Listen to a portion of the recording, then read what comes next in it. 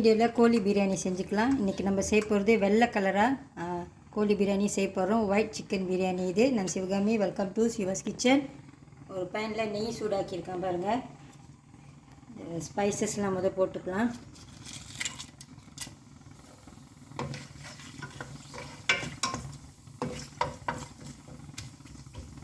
ரெண்டு பெரிய வெங்காயம்,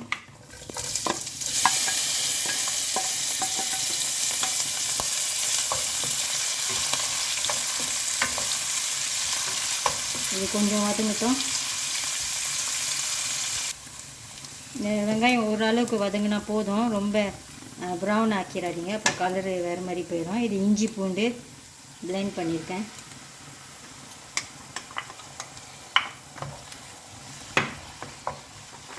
கொஞ்சம் நேரம் வதங்கட்டும். அடுத்து தக்காளி பழம், இது 3/4 பழமாக எடுத்துருக்கேன் நான். ரொம்ப பழுத்த பழமாக எடுத்திங்கன்னா அது கலர் மாறிடும். இது கொஞ்சம் கிராஸாக இருந்துச்சு. பச்சை மிளகா, கொஞ்சம் மல்லி இலை, புதினா,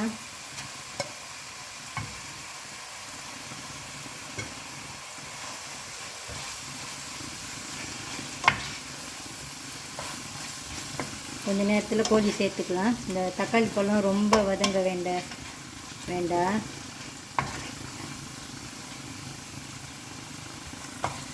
கோழி சேர்த்துக்கலாம்.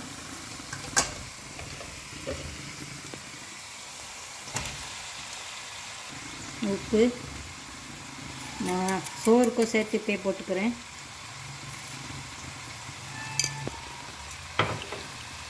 தயிர்,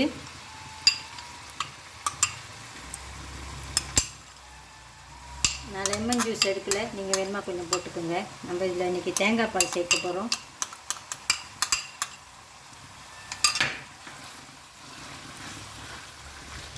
ஃப்ளேமை குறைச்சி வச்சுருங்க. இந்த ஸ்மால் ஃப்ளேம்லேயே இந்த கோழி கொஞ்சம் வெந்துருட்டும். தண்ணி விடும் அப்புறம் இந்த கோழி பார்க்கலாம். தண்ணி தேவைப்பட்டுச்சுன்னா அப்புறம் ஊற்றிக்கலாம். இதை நல்லா கலந்து விட்டுட்டு மூடி போட்டு இதை இப்போ வேக வச்சுக்கோங்க. வேகட்டும். தண்ணி ஊற்றாமையே இவ்வளோ தண்ணி வந்துருச்சு பாருங்கள். இந்த கோழியில் ஒரு தண்ணி இது. இப்போ நம்ம அரிசி சேர்த்துக்கலாம். இன்றைக்கி பாஸ்மதி அரிசி தான் எடுத்திருக்கேன். சீரக சம்பா அரிசியில் செஞ்சிங்கன்னா இன்னும் நல்லாயிருக்கும். கோழி வந்து இப்போ ஒரு 3/4 வந்திருக்கும்.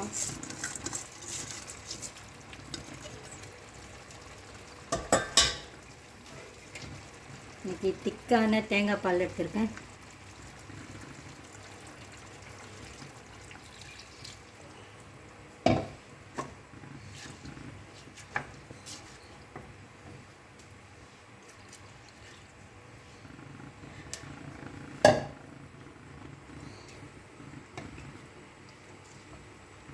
நல்லா கலந்து விட்டுருங்க.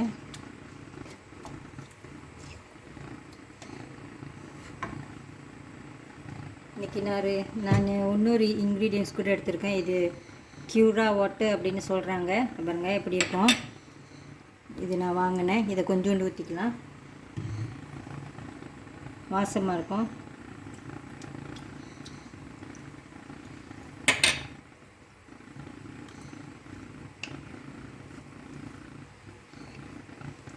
மூடி போட்டு வேக வச்சுக்கணும். நான் தேங்காய் பால் வந்துட்டு இந்த கோழி அரிசி அந்த அளவோடு வச்சுருக்கேன். வேகட்டும். அடியில் தண்ணிலாம் இல்லை, சோறு வந்திருக்கும். மேலே கொஞ்சம் வேட்டாக இருக்குது. ஃப்ளேமை மினிமமில் வச்சுட்டு எப்படின்னா கொஞ்சம் நேரம் வச்சுக்கலாம்.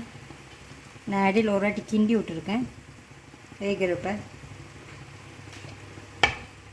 ஃப்ளேம் மெதுவாக மினிமம் வச்சுட்டு இன்னும் ஒரு 10 மினிட்ஸ் வச்சுக்கோங்க.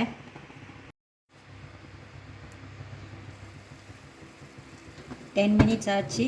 இது ரெஸ்ட் பண்ணட்டும். இப்போ அடுப்பு அடைச்சிடலாம்.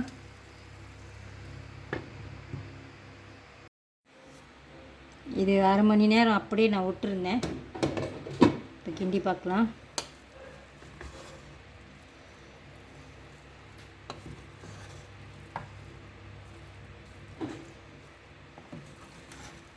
நல்லா வந்திருக்கு பாருங்கள்.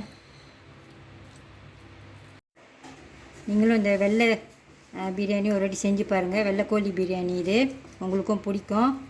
பிரியாணி மசாலா ஒன்றுமே நம்ம சேர்க்கலை, இருந்தாலும் இது நல்லாயிருக்கு. நான் டேஸ்ட் பண்ணி பார்த்தேன்.